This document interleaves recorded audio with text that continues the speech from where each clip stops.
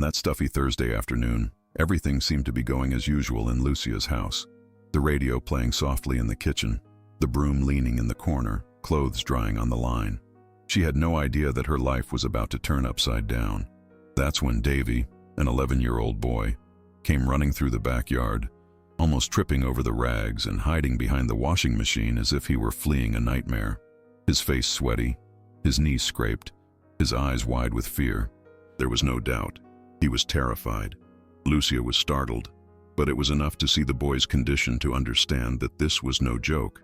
His fear was real, the kind that comes from something ugly, something that can destroy a childhood. Even without knowing who he was or where he came from, she knew she needed to protect him, and she did it without thinking twice. Davy could barely breathe properly, his heart pounding in his neck, his hands trembling. Lucia approached carefully, trying not to scare him more than he already was. She wet a cloth and cleaned the scrape on his knee while speaking softly, saying that it was safe there, and for some reason, he believed it. He still couldn't explain everything, but the feeling of being away from danger was clear. Lucia quickly realized that this was not an ordinary child lost on the street. There was something more behind that frightened look and heavy silence.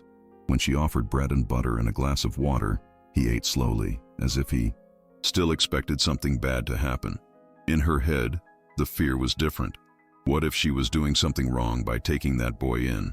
But even so, she continued, because something about that encounter, even without explanation, seemed to have already been written somewhere else. In Davy's head, everything was still confused. The sound of the motorcycle, the gun on the man's waist, the cell phone falling to the ground. Everything was on loop, as if it were still happening.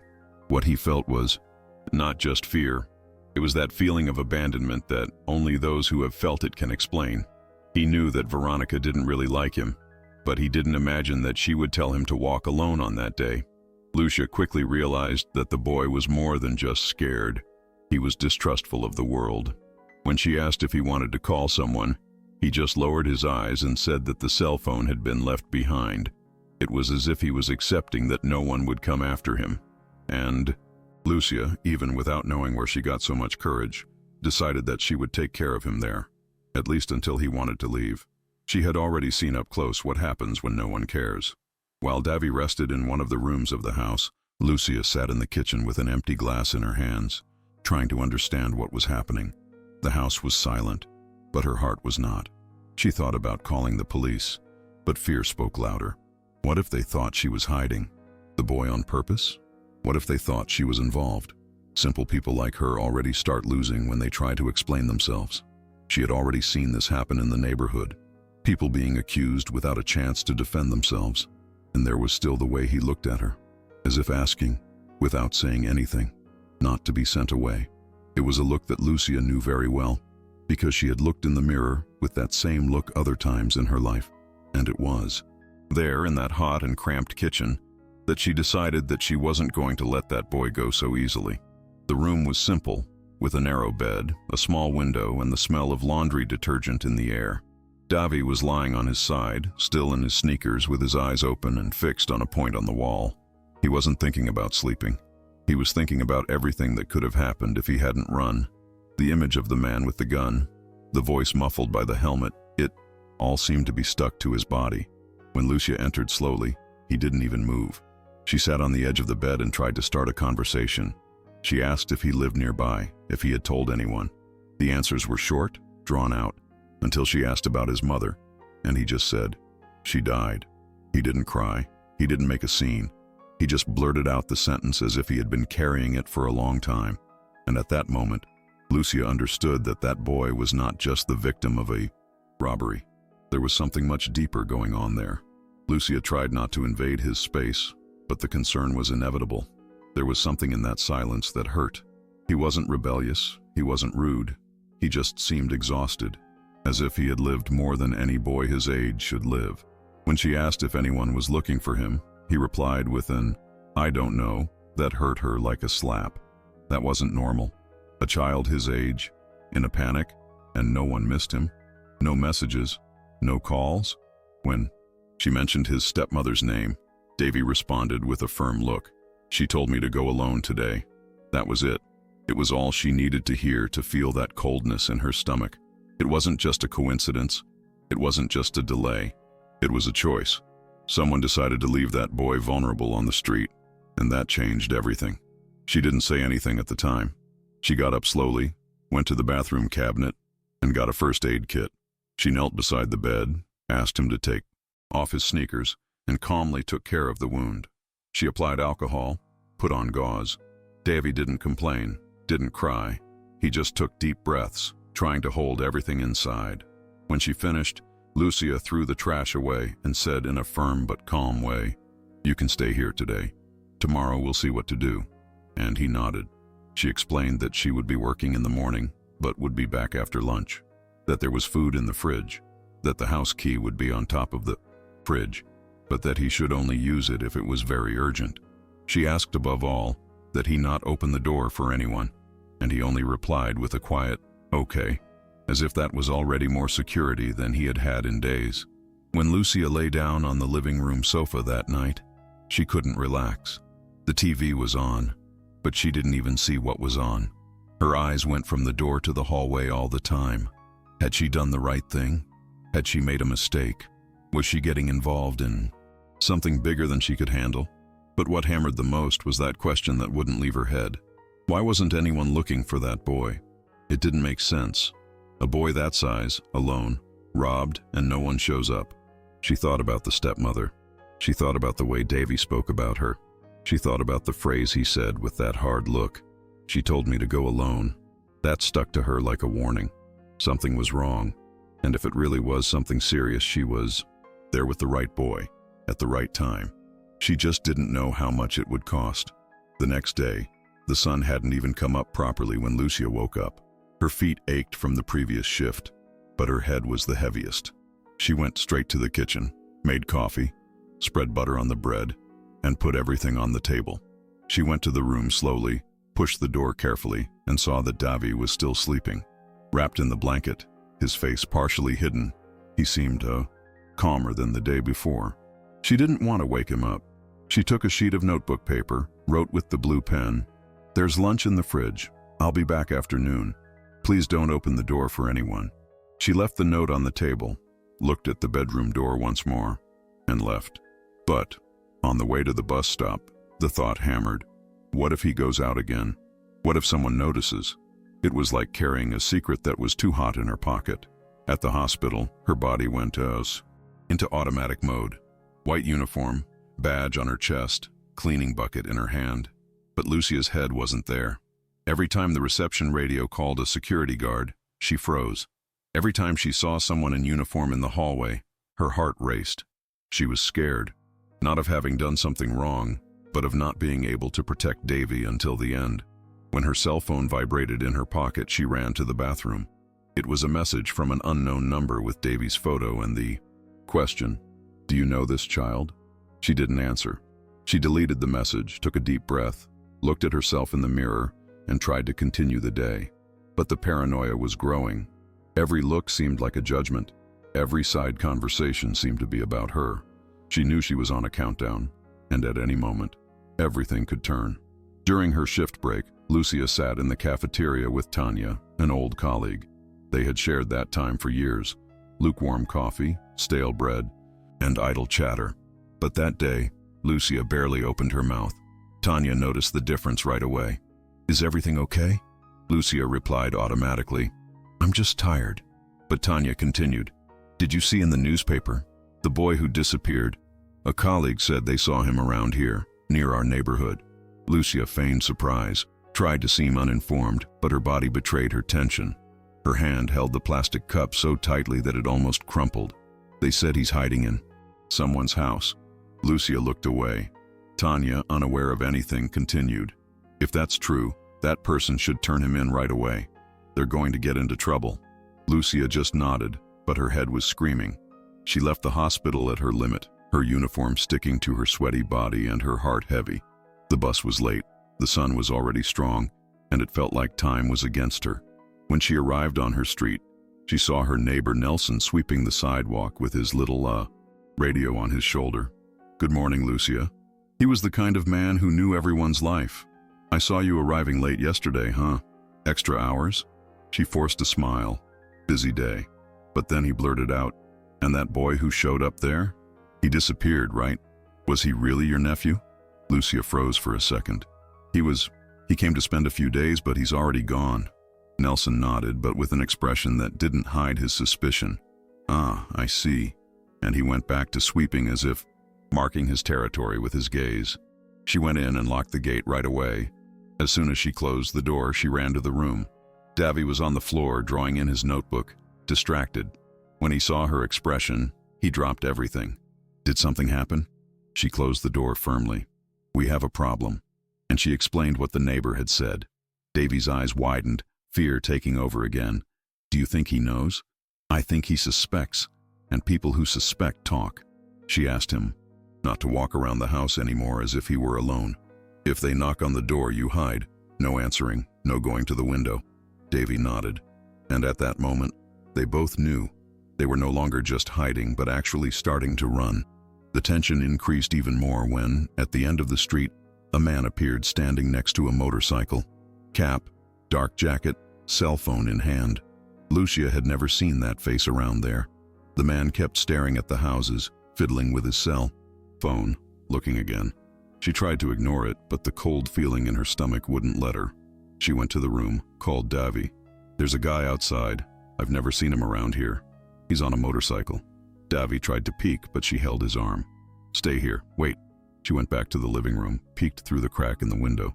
The man was still there, leaning against the pole, talking softly on his cell phone. And deep down, she knew it wasn't a coincidence. When the man finally left, got on the motorcycle, and drove away slowly, Lucia ran to the room. It might be a coincidence, but it might not be. We can't just stand still anymore. Davy looked at her and asked what to do. She thought, turned her head, clenched her hands. She didn't want to call the police yet. She didn't trust them. But she couldn't keep pretending she could handle it alone. She went to the dresser drawer, pulled out a box where she kept old papers. At the bottom, she found a notebook with an old number. A community radio journalist, Roberta, who had once helped with a problem in the neighborhood. She picked up the cell phone and called. Roberta answered on the second ring. Lucia spoke quickly, her voice choked. It's me, Lucia, from Villa San Pedro. You helped me once with the gas station problem. I have a boy here. It's the boy from the news, Davy. On the other end, silence. He showed up here after a robbery. I hid him, but there's something strange. And now a man has appeared watching my house. Roberta didn't doubt it. She asked for calm and guidance. Do you have any way to prove that he arrived alone? Any recording? Lucia said no, but that Davy could tell. Then record it. A video. Let him tell everything in his own way. If it's consistent, I'll show it to someone in the press that I trust. Lucia agreed and hung up. Now she had a plan and a glimmer of hope. She went to the room, called David, and explained. We're going to record a video. You're going to tell everything from the beginning. Who told you to go alone? What happened on the street? What you heard from Veronica? But without rambling. David hesitated for a second, but nodded. He sat on the bed, adjusted his shirt, and took a deep breath. Lucia positioned the cell phone. Ready? He nodded. She pressed the red button, and he began. His voice was weak at first, but gradually gained strength. He told about his stepmother's message, the man on the motorcycle, the lost cell phone, the fear. He said he had heard Veronica talking to a strange man. I didn't run away because I wanted to. I ran away because I felt they were going to take me, and I saw that she was behind it. Lucia turned off the recording with trembling hands. The video was almost 7 minutes long. It was clear, strong, true. She sent it to Roberta along with an audio message. Here it is. Now it's up to you. Tell me what can be done with this. It didn't take long for the answer to arrive. I'm going to send it to a trusted reporter. She works for a big newspaper and knows a serious detective. If everything is confirmed, we can help you the right way. Lucia took a deep breath, but barely had time to feel relief. Someone knocked on the gate. She froze. David froze. She went to the window and looked carefully. It was the man on the motorcycle. The same one. Cap, helmet in his arm, crooked smile on his face. Now he knew where to knock. Lucia didn't open the door. She shouted from inside, Can I help? You? The The man replied in a soft, almost rehearsed voice. "Hi, how are you? Sorry to bother you, but I'm looking for my nephew. They said he came by here." She held the latch tightly. "There's no one here." He insisted. "They said it was a woman named Lucia." Her heart almost stopped. He knew her name. "You must be mistaken. I live alone." And then, with the straightest face, he asked, "Can I come in just to take a look?" Lucia didn't answer. Silence.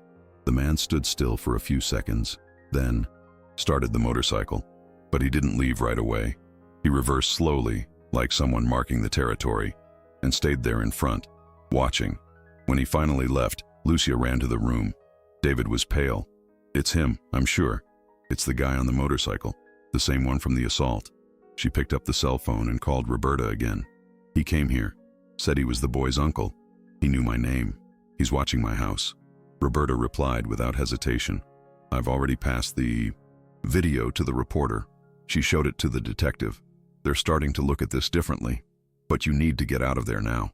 Lucia froze. "Go where?" "Send me your location. If the detective authorizes it, he'll send a patrol car." Lucia sent it right away. But inside, she knew she was already out of options. The situation had turned into a real risk, and she couldn't play strong alone anymore. Inside the house, Lucia walked from one side to the other, trying to organize what she felt, but it was impossible. The floor seemed more unstable with each step, as if everything was about to collapse. She hadn't slept well the night before, couldn't eat, and now the presence of that man, the same one David recognized as the assailant, standing at her gate, saying her name, asking to come in. That was like a clear sign that there was no more time to wait for anything. What until then seemed like a secret between her and the boy was now about to turn into a scandal, a tragedy, or both. Deep down, she already knew she was in a mess that was completely beyond her reach. That kind of situation that poor women know well. If you talk too much, you become a suspect. If you remain silent, you become an accomplice. And she just wanted to protect a child. David, on the other hand, seemed as scared as the first time he entered through the laundry room. But now there was a difference. He trusted her. He really trusted her. When he saw her pick up his backpack and start packing things, he didn't ask anything. He just watched, with a mixture of fear and acceptance. He knew he needed to get out of there. He knew the man could come back at any moment, and Lucia's look said it all. There was no more waiting for help, no more pretending they were safe. She separated 2 changes of clothes, a small bottle of water, cookies, the spare cell phone, and some school documents she found in his backpack. She closed it carefully and placed it on the table. If he comes back, there won't even be time to clap, she thought. Deep down, she hoped that the promised patrol car would arrive before anything else. But she also knew that, in that kind of neighborhood, official help was rarely quick, and that sometimes the best thing to do was to run before the danger came through the door. Outside, Marcelo remained on the street corner, feigning normalcy. Sitting on the motorcycle, helmet on the handlebars, fiddling with his cell phone like any delivery guy killing time. But his gaze didn't lie.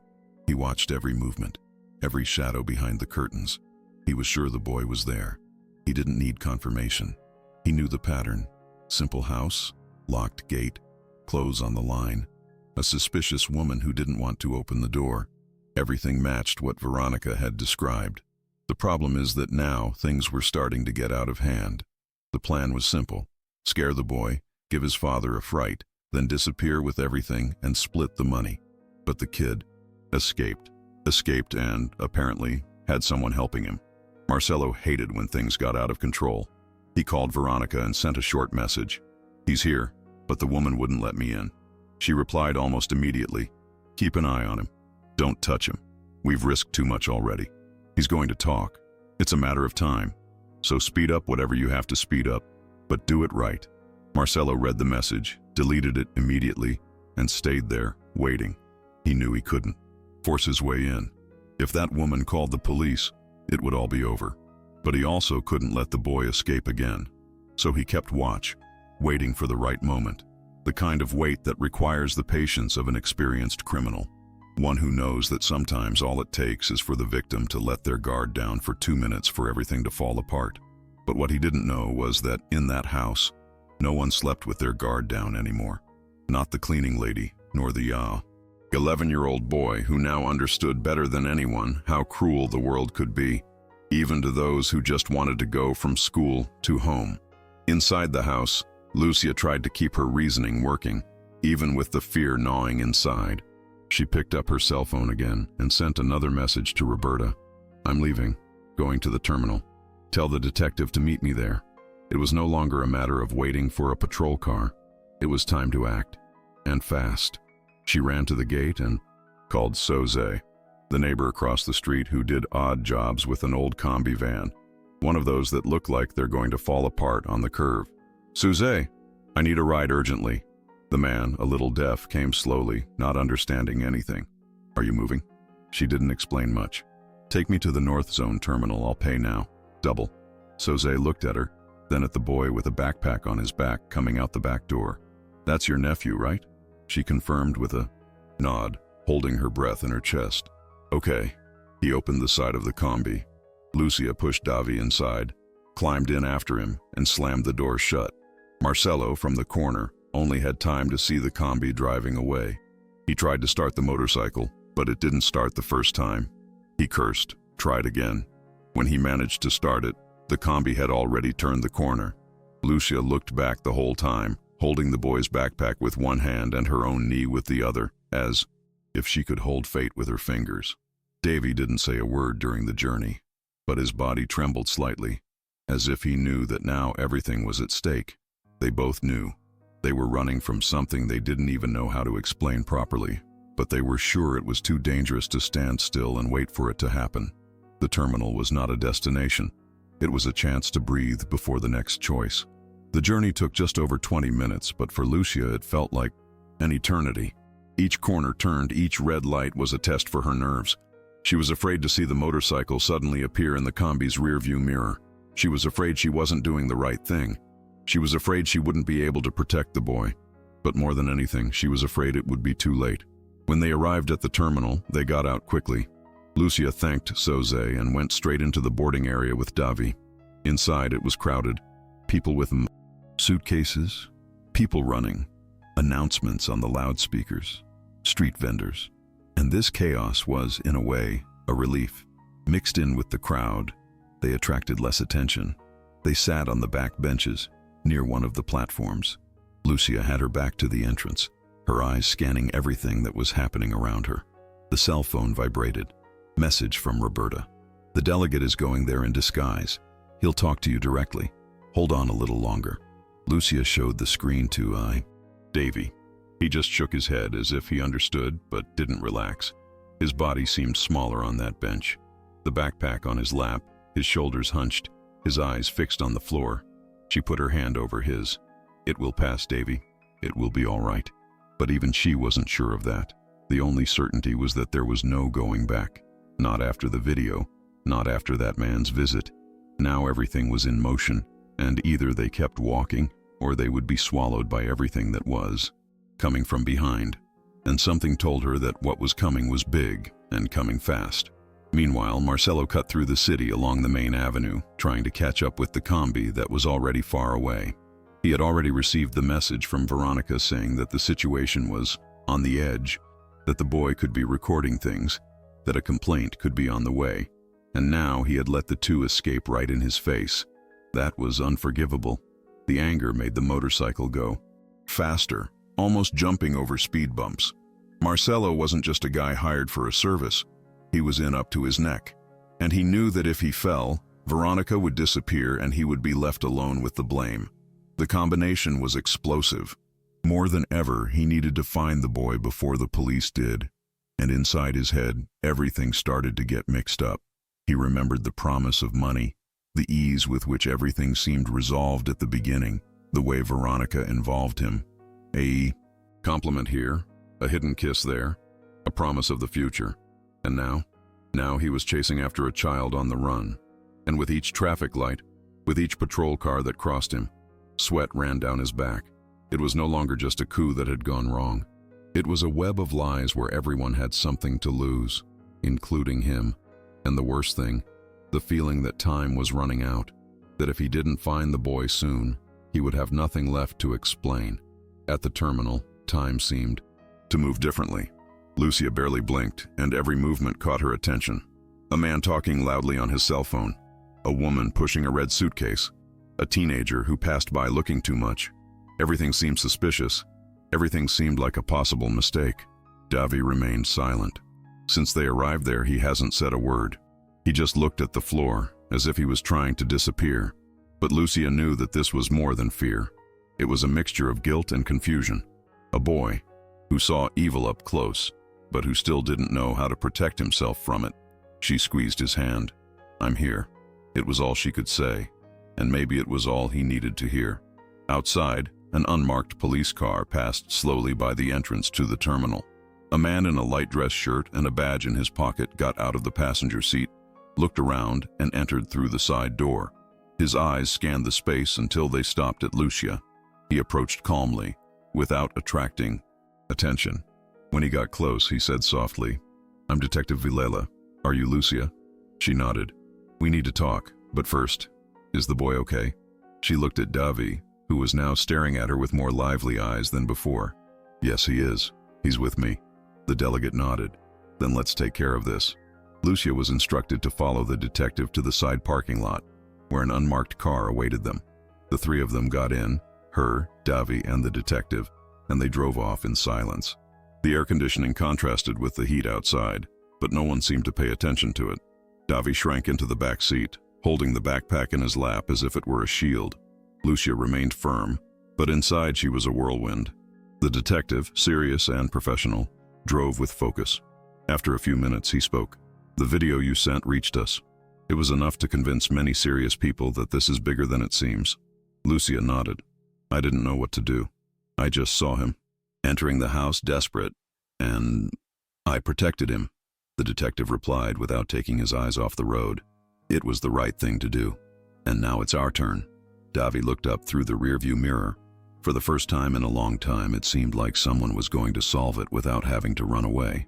The car continued to a special police unit, away from the center, where more sensitive cases were handled. There, Lucia and Davi were greeted by a small team and an investigator. Led them to a private room. The place was simple, without handcuffs, without screams, without tension.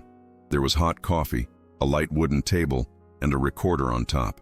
"We just need to hear you calmly," said an agent with a welcoming voice. Davi looked at Lucia. She nodded, and he began to speak. He didn't read a text, didn't repeat anything rehearsed. He just told it, the way he lived it. About Veronica's message, the man on the motorcycle, the fear he felt, the feeling that he had been deliberately handed over. He spoke of the time he spent with Lucia, the care, the protection, what he saw and heard at home in the previous weeks. And when he finished, no one in the room had any doubt. It was real. While Davi and Lucia were at the police station, on the other side of the city, Veronica was freaking out. The message she received that morning had turned into a ticking bomb. He recorded it. Those were 2 words, but the weight was immense. At that moment, she knew that everything was falling apart. She ran down to the kitchen, opened her cell phone, entered an app with a hidden number, and called Marcelo. The call went straight to voicemail. She tried again. Nothing. Her head was spinning. She no longer had control of anything. For weeks, she had thought she was in command, that the plan was perfect, that no one would suspect a worried stepmother. But now the whole city was involved, the police too, and her name was circulating in conversations, in neighborhood groups, even in the press. She tried to delete everything from her cell phone, conversations, prints, photos, but she knew it was already too late.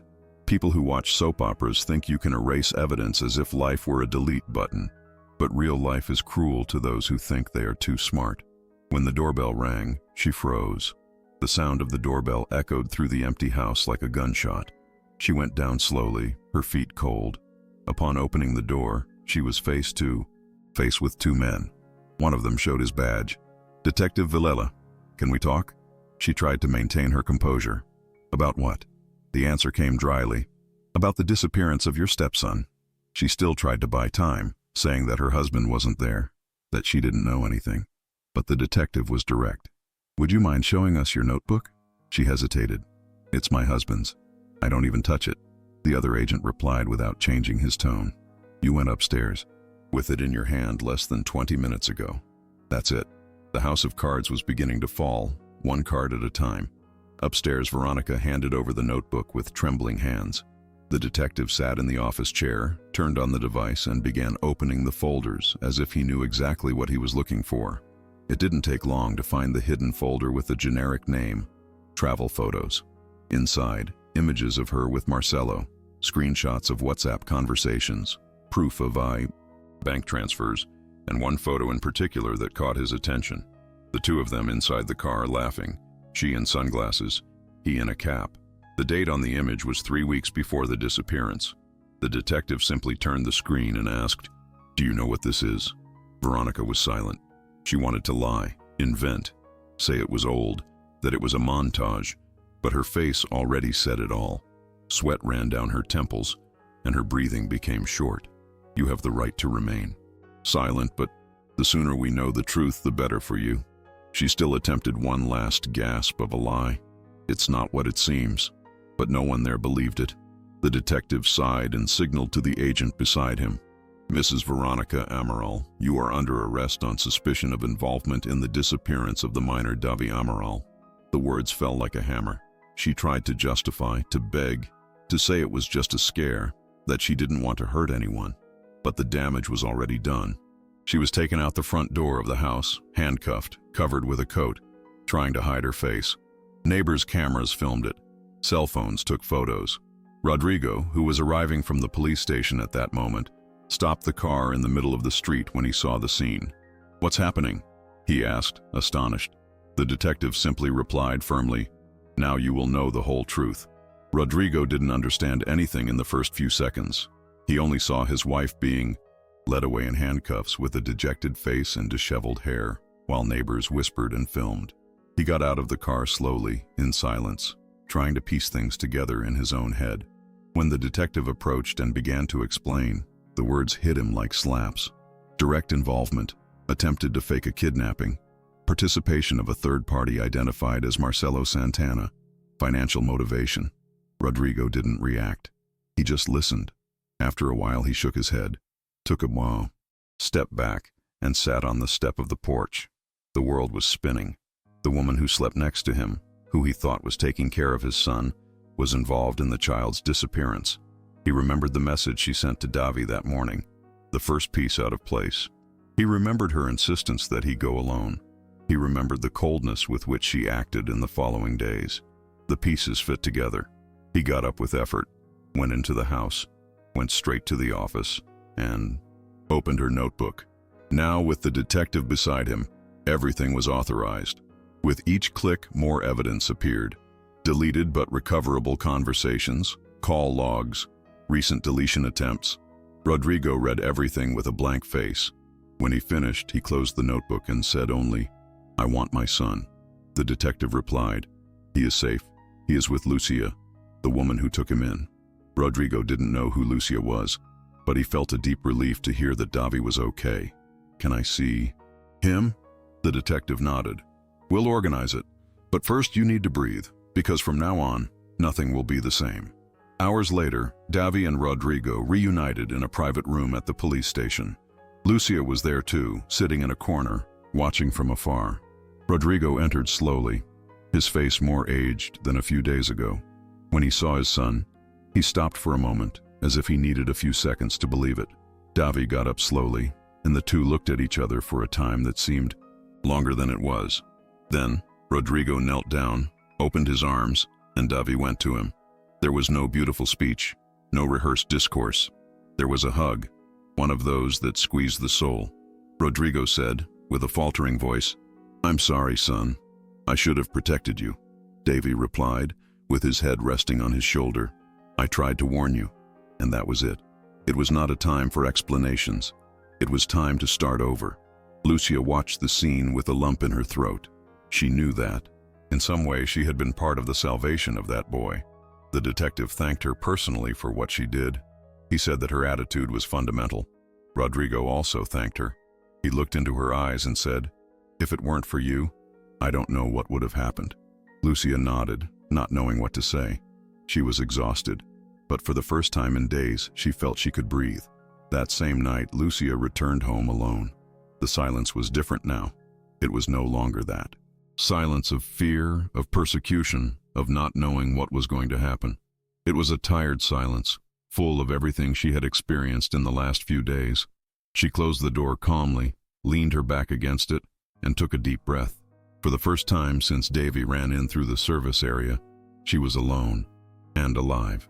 The house was the same as always. The towel on the table, the glass on the drainer, the crooked dishcloth in the corner, but everything there seemed heavier, as if it had absorbed every piece of that story. She went to the bedroom, sat on the bed, and took off her shoes with effort. Her feet ached, but not as much as her heart. It had been an emotional roller coaster, taking care of Davy, protecting him, running away, facing dangerous people, trusting strangers, risking everything, and all this without being sure if she was doing the right thing. But now, alone there, she knew she wouldn't regret it. She picked up her cell phone, opened the photo gallery, and stared at the image she had taken of the boy sleeping that first night. She still didn't know why she had done that, but now she understood.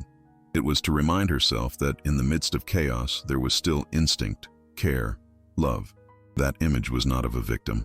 It was of someone who, even without understanding, had trusted, and she had honored that trust. She cried right there, in silence. A slow cry of emptying. It wasn't sadness. It was discharge. It was the body returning to normal after so long on alert.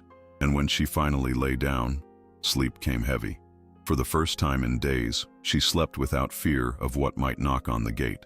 Meanwhile, Davy was spending his first night with his father in a safe, temporary but silent house. It was strange to be with Rodrigo. He remembered his face, remembered his voice, but real coexistence was still new. They sat down to have a simple dinner, rice, egg, and potatoes, prepared with more goodwill than technique. Rodrigo tried to strike up a conversation without knowing exactly what to say. "Did you like that school?" Davy gave short answers. "I liked it. Do you have any friends you want to see again?" "Maybe." But it wasn't ill will. It was protection. Davy was still on alert even in peace. When he finished eating, he went to the sofa and lay down hugging his backpack. Rodrigo let him. He knew it would take time.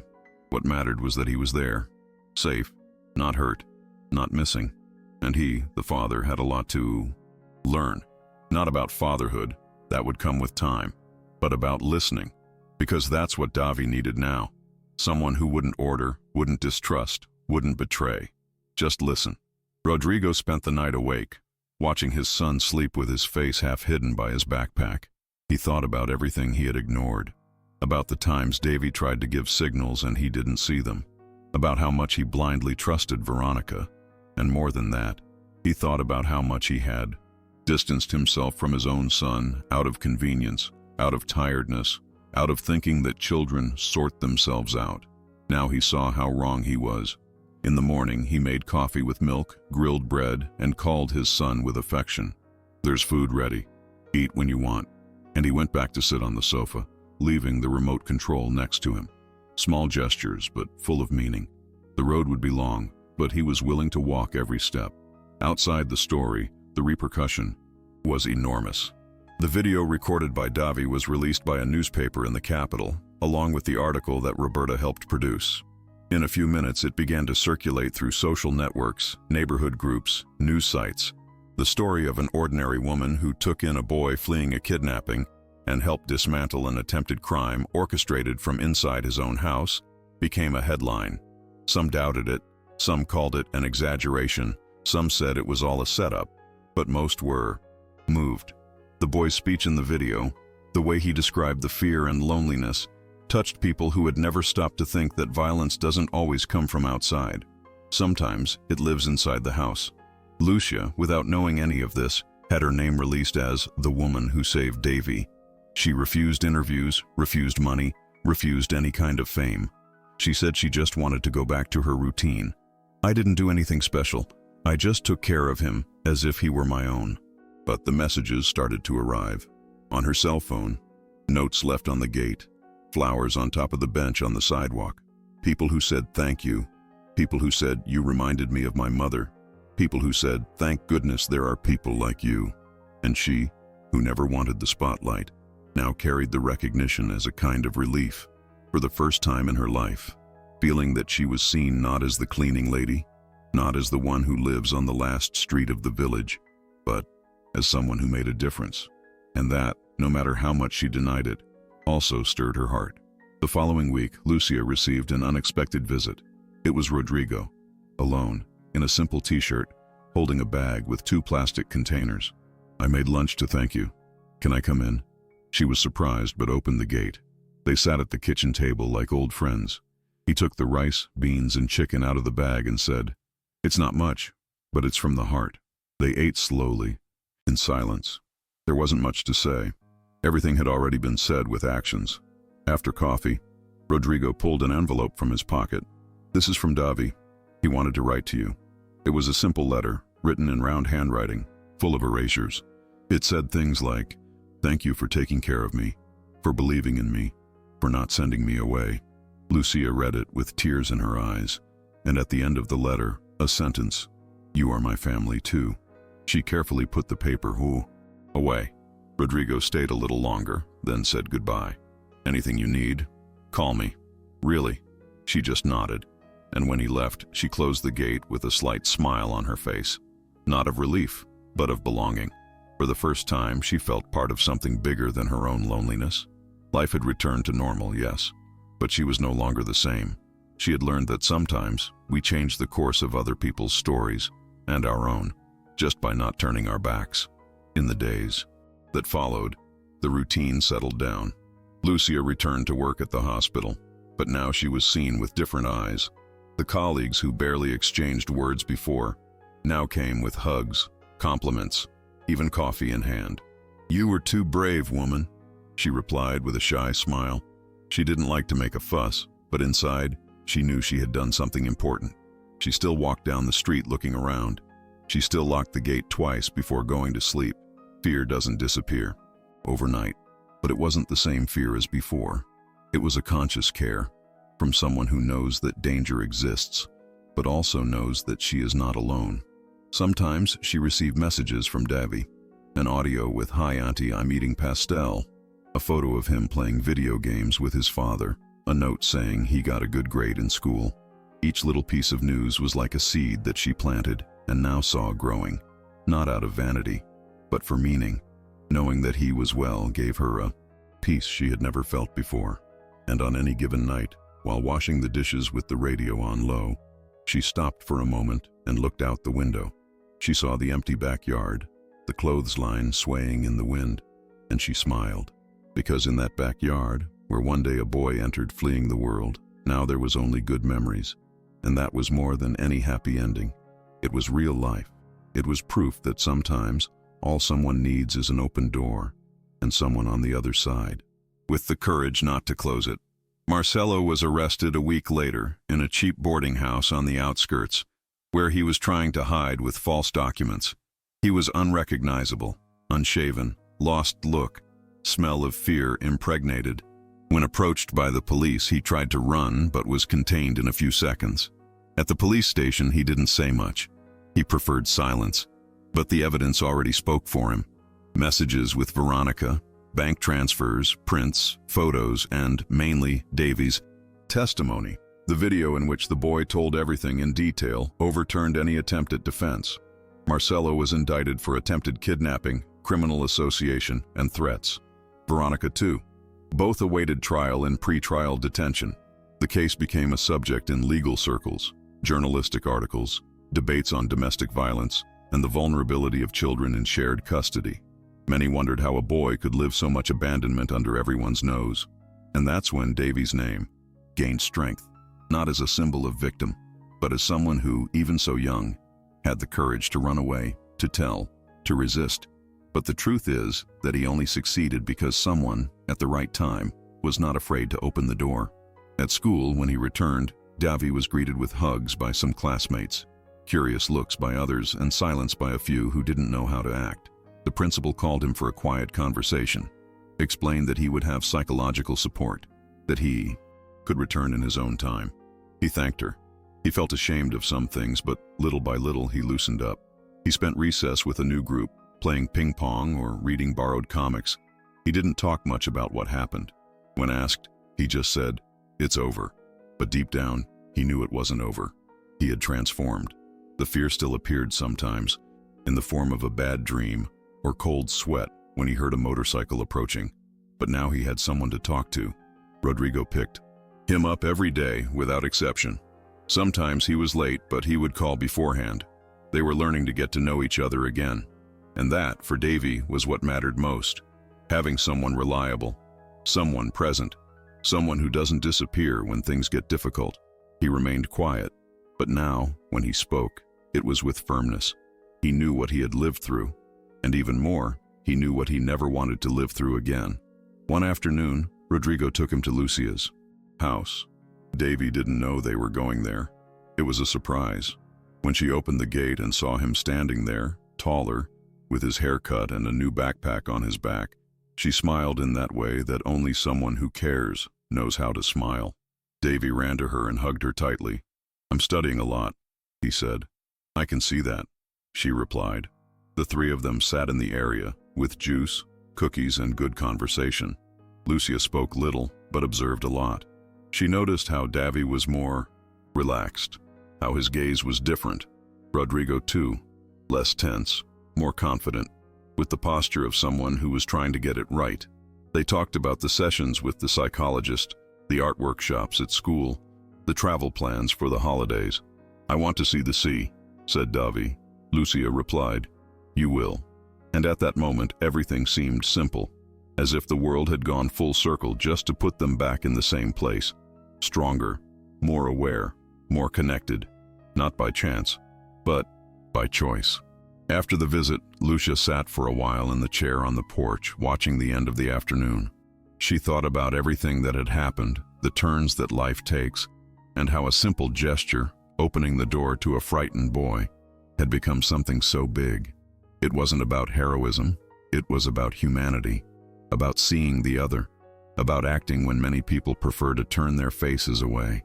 She didn't think she was special. She still took 2 buses to work, washed clothes in the tank on Saturdays, and wrote down the supermarket promotions in the refrigerator notebook.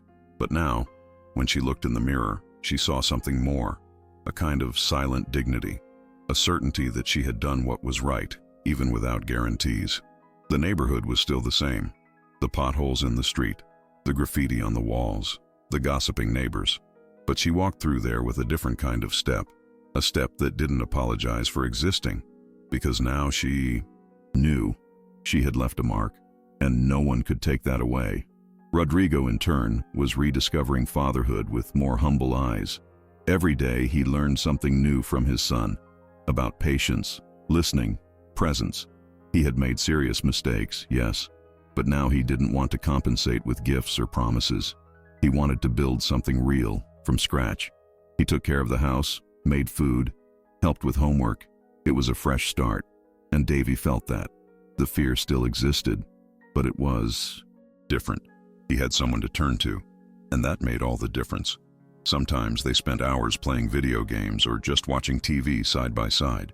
Other times they talked about the past, carefully, with space. Rodrigo apologized without drama, and Davy listened, sometimes silently, sometimes with questions. But most importantly, they were there, together, trying, making fewer mistakes, getting it right more often. Veronica and Marcelo awaited trial. The case became public. The prosecution gathered evidence and testimonies. There was no more hiding. In prison, the two lived distinct realities. Marcelo, increasingly isolated. Veronica, trying to manipulate even other inmates. But the world inside is different. Their lies don't last long, and reputation is built in a different way. When the process came to an end, months later, the two were convicted. The sentence came out on a cold morning, with the presence of Rodrigo, Lucia, and even Davy, accompanied by the psychologist. He asked to be there. He wanted to hear with his own ears that that part of his life had been closed. When the judge read the sentence, Davy didn't celebrate. He didn't smile. He just lowered his head and took a deep breath. A cycle was closing. There was no revenge, only justice. Leaving the courthouse, Lucia walked alongside the two. Rodrigo put his hand on Davy's shoulder. "Proud of you." The boy looked ahead and said, "Can I forget about this now?" The psychologist replied, gently, Not forget, but move on. And he nodded. Lucia smiled. She knew how important those words were. Sometimes the end isn't about forgetting. It's about learning to remember without it hurting. They stopped at a simple diner on the corner of the Forum. They ate coccinea, drank soda, talked nonsense. Like any family, like any people. It was there, in simplicity, that everything made more sense. Lucia watched and thought, it was worth it. Every second, every risk, every choice. Davi grew up. Today, at 15, he is no longer the scared boy who ran in through the service area. He is calm, attentive, speaks little, but firmly. He has friends, plays guitar, skateboards, and already knows what he wants to be. A social worker. He says he wants to help children who go through similar things. No one should feel as alone as I felt. Rodrigo laughs proudly, and Lucia follows everything closely, even from afar. They call each week, exchange messages, photos, recipes. Sometimes he shows up for lunch. Other times, she sends lunch. Their bond was never formal, but it's solid, and that's enough. In an interview, years later, when the case was remembered in a documentary about at-risk childhood, Davy said a phrase that became famous. Salvation begins when someone listens to you without judging you. Those who watched cried. Lucia saw the excerpt sitting on the sofa with the TV low and a dishcloth in her lap.